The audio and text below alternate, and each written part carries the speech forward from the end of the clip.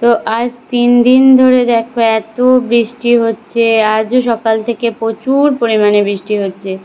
তার জন্য দেখো আমাদের বাড়ির সামনে যেসব জমিগুলো আছে, আমাদেরও জমি আছে, তো সব দেখো পুরো জলের তলায় চলে গেছে।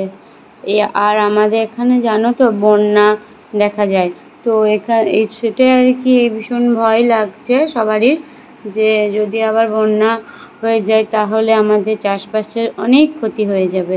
তো তোমরা দেখতেই পাচ্ছ কী হারে জল উঠে গেছে, আর গ্রামেও আস্তে আস্তে জল ঢুকতে শুরু করে দিয়েছে। জানি না রাত্রের মধ্যে কতটা কি জল বাড়বে। তো আমি যতক্ষণ নেটওয়ার্ক পাবো বা আমার যতক্ষণ ফোনে চার্জ থাকবে ততক্ষণ আমি তো আপডেট তোমাদের দিচ্ছি।